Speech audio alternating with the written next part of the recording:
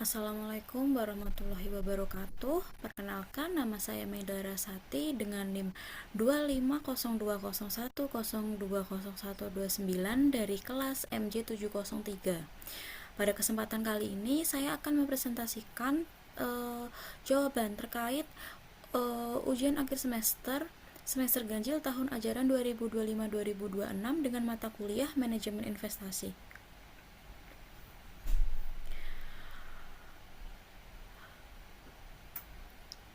Untuk soal yang pertama yaitu terkait analisis saham dan obligasi dengan soal sebagai berikut. Seorang investor ingin menempatkan dananya pada dua aset berbeda, saham dan obligasi, dan meminta Anda sebagai konsultan keuangan mengevaluasi kinerja portofolio yang sudah ia miliki sebelumnya. Anda diberikan data sebagai berikut. Jadi ini ada data yang A analisis saham, yang B adalah analisis obligasi. Saya akan lanjut saja terkait dengan penjelasan saham, obligasi, dan portofolio. Saham merupakan instrumen keuangan yang menunjukkan bukti kepemilikan atas suatu perusahaan berbentuk perseroan terbatas. Saham memberikan dua potensi keuntungan, yaitu dividen atau pembagian laba perusahaan kepada pemegang saham, dan capital gain atau keuntungan yang diperoleh dari selisih antara harga beli dan harga jual saham. Saham juga mengandung resiko seperti fluktuasi harga pasar dan kemungkinan kerugian apabila kinerja perusahaan menurun. Obligasi adalah instrumen utang jangka menengah atau panjang yang diterbitkan oleh pemerintah atau perusahaan untuk memperoleh dana dari investor. Obligasi umumnya memberikan kupon atau bunga tetap atau mengambang yang dibayarkan secara periodik dan pelunasan pokok utang pada saat jatuh tempo.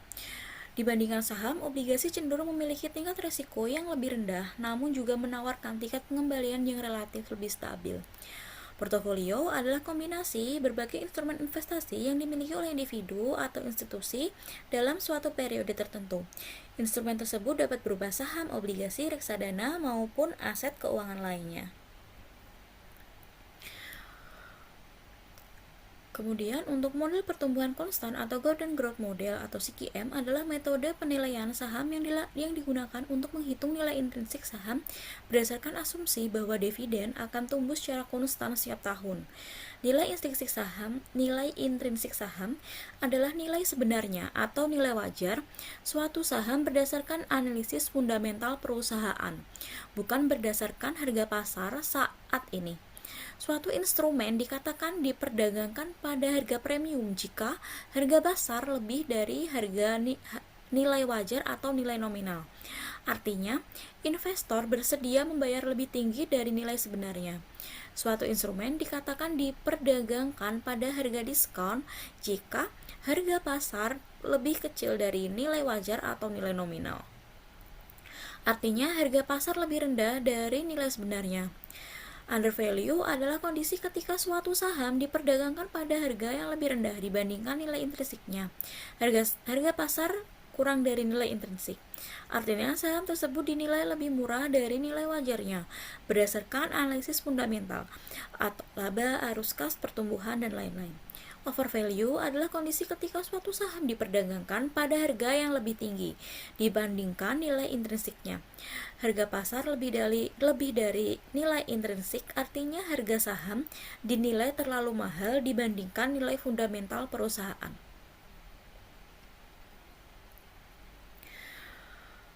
Untuk menjawab soal yang sudah sebelumnya diketahui, untuk analisis saham adalah diketahui dividen terakhir atau dilambangkan dengan D0 sebesar 2000.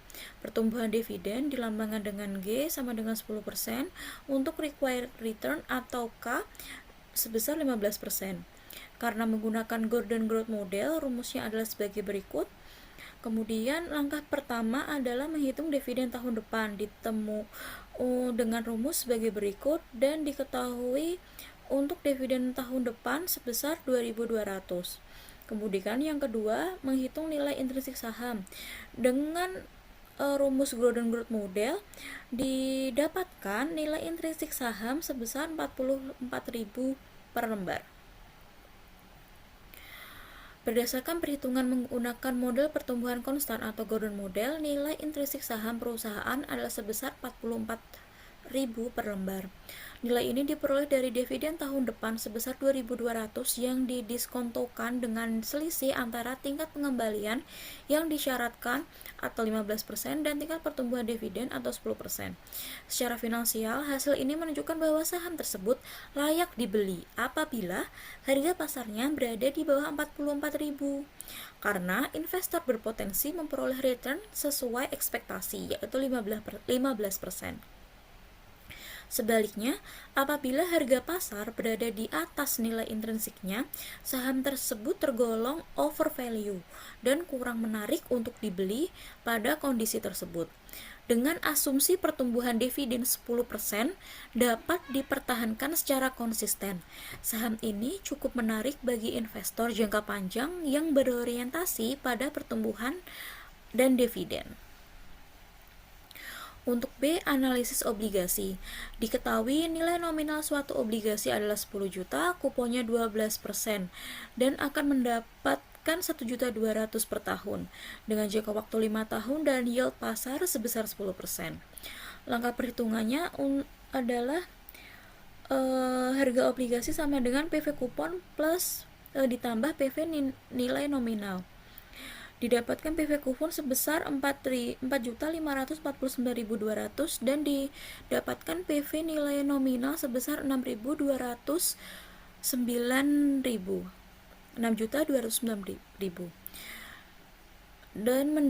dan didapatkan total harga obligasi sebesar 10.758.200. Hasil analisis obligasi menunjukkan bahwa harga pasar obligasi adalah sebesar 10.758.200, lebih tinggi dari nilai nominalnya sebesar 10 juta. Hal ini terjadi karena tingkat kupon obligasi sebesar 20% lebih tinggi dibandingkan tingkat bunga pasar saat ini, sebesar 10%, sehingga obligasi tersebut dijual pada kondisi premium. Investor bersedia membayar lebih mahal karena obligasi memberikan pendapatan bunga yang lebih tinggi dibandingkan instrumen sejenis di pasar. Obligasi ini cocok bagi investor yang memiliki profil risiko konservatif dan mengutamakan pendapatan tetap yang stabil. Kemudian C, evaluasi portofolio saat ini. Dengan soal adalah sebagai berikut. Investor sudah memiliki portofolio A dengan kinerja setahun terakhir sebagai berikut. Rata-rata return portofolio 18%, rata-rata return bebas risiko 6%, beta portofolio 1,2, standar deviasi 20%, serta return market 14%. Anda sebagai konsultan diminta untuk menganalisis dan mempresentasikan poin-poin sebagai berikut. Analisis nilai intrinsik, tunjukkan perhitungan nilai saham PT Maju Bersama, bandingkan dengan asumsi jika harga pasar saat ini adalah 45.000. Apakah saham tersebut layak dibeli atau undervalue atau dijual atau overvalue. Kemudian yang kedua, penilaian obligasi. Jelaskan mengapa harga obligasi tersebut berada di atas atau di bawah nilai nominal berdasarkan perbandingan bunga kupon dan bunga pasar. Kemudian yang terakhir, evaluasi kinerja. Hitung indeks Sharpe dan indeks Jensen untuk portofolio A. Jelaskan kepada investor apakah manajer portofolionya telah bekerja dengan baik atau mengalahkan pasar atau tidak. Untuk indeks Sharpe adalah ukuran kinerja portofolio yang menunjukkan tingkat imbal hasil atau return yang diperoleh untuk setiap satu unit risiko total yang ditanggungnya. Rumusnya adalah sebagai berikut. Maknanya, semakin tinggi nilai Sharpe ratio, semakin baik kinerja portofolio dalam menghasilkan return relatif terhadap risiko. Kemudian untuk indeks Jensen atau Jensen's Alpha adalah ukuran kinerja portofolio yang menunjukkan kemampuan manajer investasi dalam menghasilkan return di atas return yang diharapkan berdasarkan model CAPM atau Capital Asset Pricing Model. Maknanya, jika alfa lebih dari 0, maka portofolio menghasilkan return di atas yang diharapkan atau superior. Jika A kurang dari 0, kinerja di bawah ekspektasi pasar. Untuk menjawab soal C1, analisis nilai intrinsik. Pertama, untuk menentukan apakah saham maju PT yang pertama, Untuk menentukan apakah saham PT Maju Bersama layak dibeli atau tidak, kita menggunakan pendekatan Capital Asset Pricing Model atau CAPM untuk menghitung tingkat pengembalian yang seharusnya atau required return sesuai resiko sistematis saham tersebut.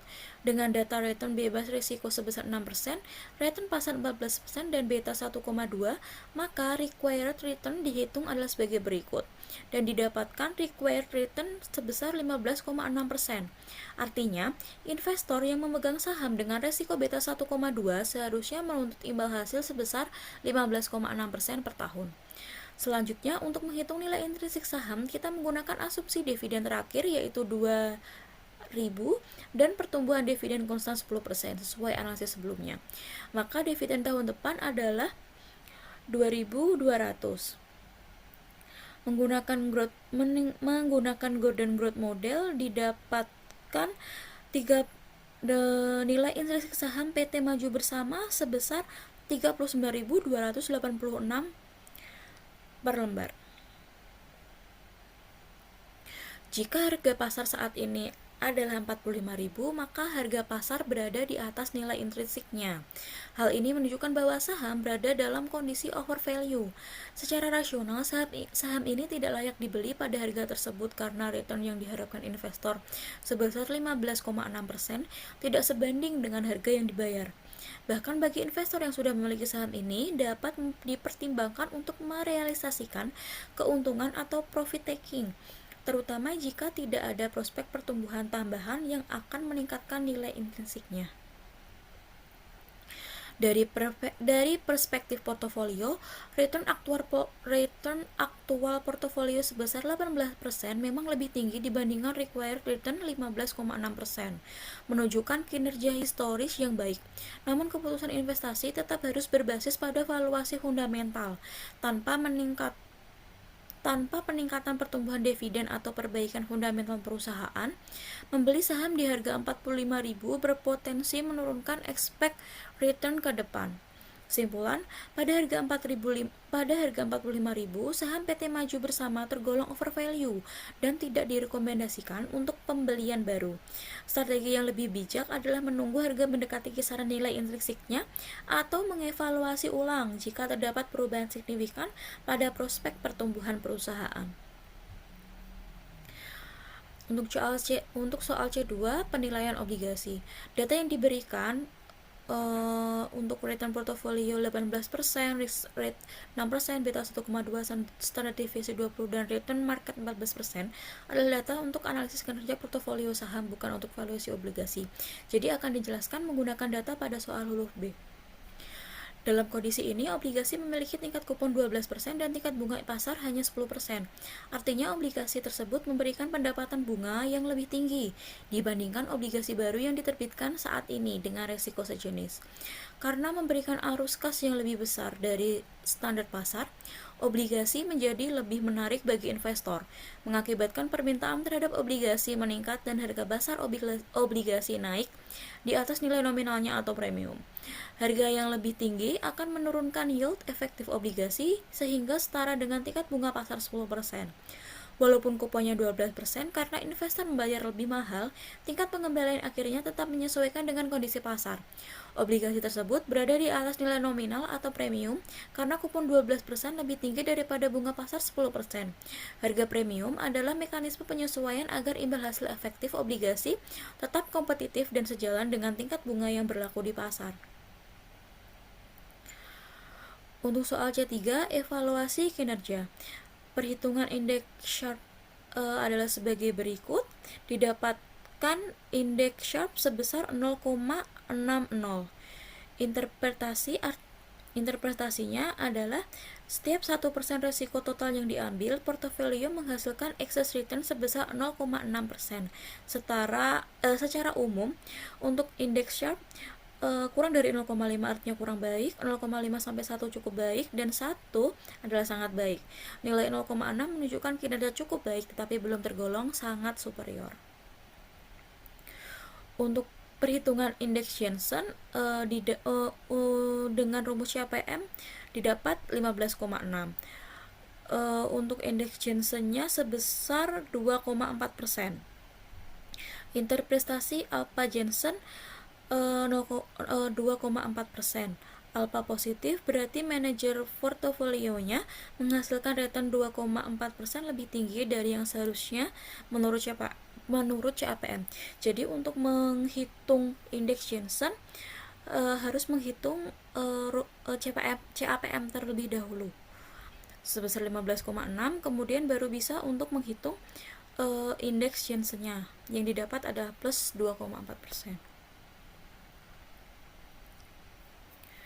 Manajer portofolio telah bekerja dengan baik karena berhasil menghasilkan alpha Jensen positif sebesar 2,4%, yang berarti return aktual portofolio lebih tinggi dari return yang seharusnya diperoleh sesuai tingkat resiko sistematisnya dan juga melampaui return pasar. Hal ini menunjukkan adanya kemampuan manajer dalam pemilihan aset dan pengelolaan strategi investasi sehingga mampu menciptakan nilai tambah bagi investor. Sharpe ratio sebesar 0,6 mengindikasikan bahwa meskipun kinerja relatif terhadap resiko pasar sudah baik, efisiensi pengelolaan resiko total masih dapat ditingkatkan karena rasio tersebut belum mencapai kategori sangat optimal atau umumnya di atas 1. Dengan beta 1,2, portofolio bersifat lebih agresif dari pasar, sehingga potensi imbal hasil lebih tinggi disertai risiko fluktuasi yang lebih besar. Manajer telah menunjukkan kinerja yang unggul, tetapi masih terdapat ruang perbaikan dalam meningkatkan efisiensi risiko agar kinerja menjadi lebih stabil dan optimal. Baik, terima kasih. Saya kira cukup untuk presentasi kali ini. Kurang lebihnya saya mohon maaf. Assalamualaikum warahmatullahi wabarakatuh.